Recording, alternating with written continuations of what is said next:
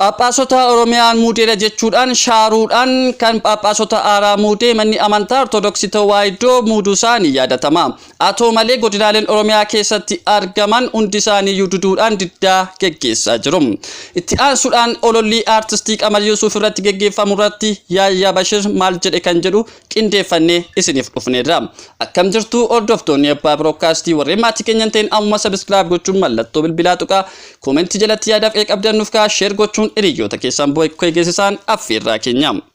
Oduu bal'inaan Bataskaana Ortodoksii Tawaahidoo kutaa lallabaa Wallagga Bahaa fi amantoonni kutaa lallabichaatti argaman Sinodoosiin Oromiyaa fi sabootaan kan muudaman Abbuunee Barsumaan ala nama biraa kan hin simanne ta'uu himani. Amantoonni maanguddoon kutaa lallabichaa Sinodoosii Bataskaana Ortodoksii Tawaahidoo Itoophiyaa irratti mormii jabaa qaban dhageessisanii jiru.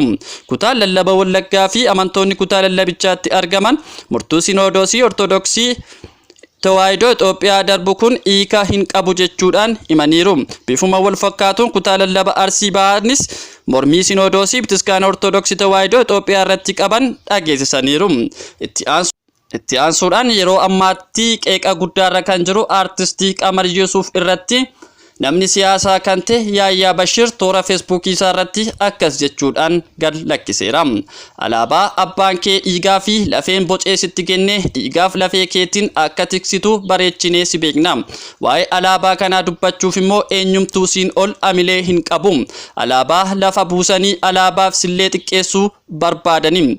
Abadan immilkooftanii abdii keessan muradhaa weellisaa dandeettii addaa qabu abbaa walaloo fi yeedaloo babbakeessaan isteejii hangafaa aartii Oromoo burkuteessaa roorroo kabajamoo aartistii Qamar Yuusuf umurii nuuf dheeradhaa jechuudhaan qeeqaa aartistii Qamar Yuusuf irratti yeroo ammaa adeemsifamaa jiru bifa kanaan toora feesbuukii isaa irratti dubbatee jira.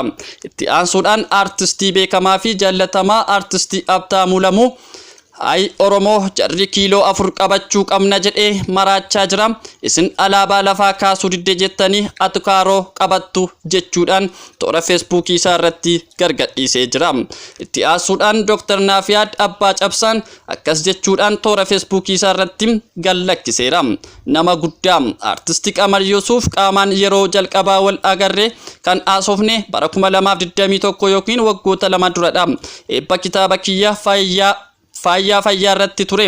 Ani eebba kitaaba kiyya irratti akkanaaf argamu affeeree hin gooneef hin ture. Galmii giddugala aadaa Oromoo namootaanii guutee ture.